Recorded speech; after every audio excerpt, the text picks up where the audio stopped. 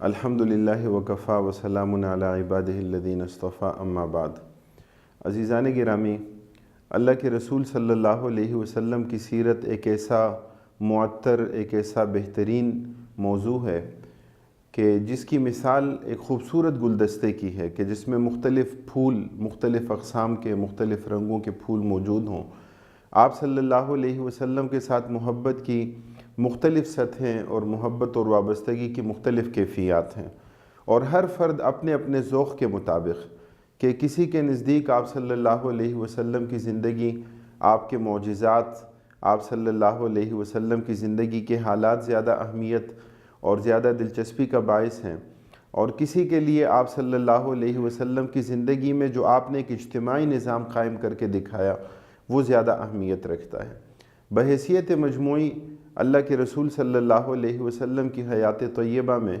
آپ کی سیرت مطہرہ میں ہمارے لیے ایک بہترین درس اور بہترین سبق وہ اطاعت کا ہے کہ آپ صلی اللہ علیہ وسلم کی اطاعت کی جائے۔ اطاعت کے بغیر محبت کا دعویٰ کھوکھلا دعویٰ ہے۔ حضرات صحابہ کرام رضوان اللہ علیہ مجمعین کی زندگیوں میں بھی ہمیں یہی دکھائی دیتا ہے۔ حضرت عبداللہ ابن عمر رضی اللہ تعالی عنہما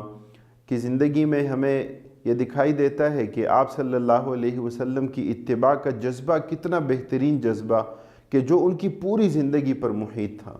حضرت عبداللہ ابن عمر رضی اللہ تعالیٰ عنہ آخر عمر میں جن کی بینائی کمزور ہو گئی،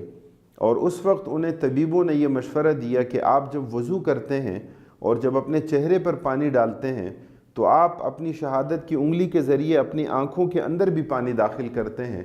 آپ اس سے اجتناب کیجئے، اس کے نتیجے میں آپ کی نظر، آپ کی بینائی اور کمزور ہو جائے گی۔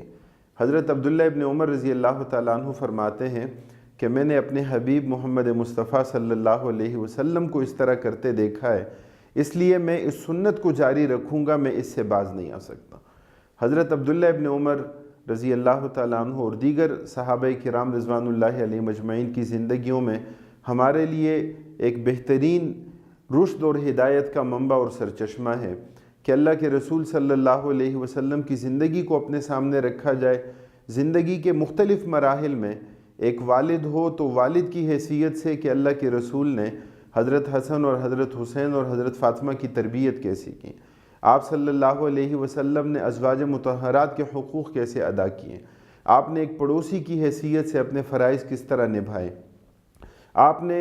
اس ریاست میں، آپ نے اس معاشرے میں، آپ نے ایک شہری کے طور پر اللہ کے رسول صلی اللہ علیہ وسلم نے ایک پڑوسی کی حیثیت سے کس طرح اس اجتماعیت کے اندر اپنے فرائض سر انجام دیے۔ آپ کی پوری حیات طیبہ کو اپنے سامنے رکھنا اور اس کے مطابق اپنی زندگی کو بنانے اور سنوارنے کی کوشش کرنا، یہ مطلوب اور مقصود ہے۔ اللہ تعالی ہمیں اس کی توفیق عطا فرمائے۔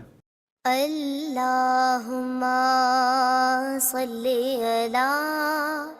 سیدنا محمد وعلی آلہ وصحابہ وسلم۔ اللہم صلی علی سیدنا محمد وعلی آلہ وصحابہ وسلم۔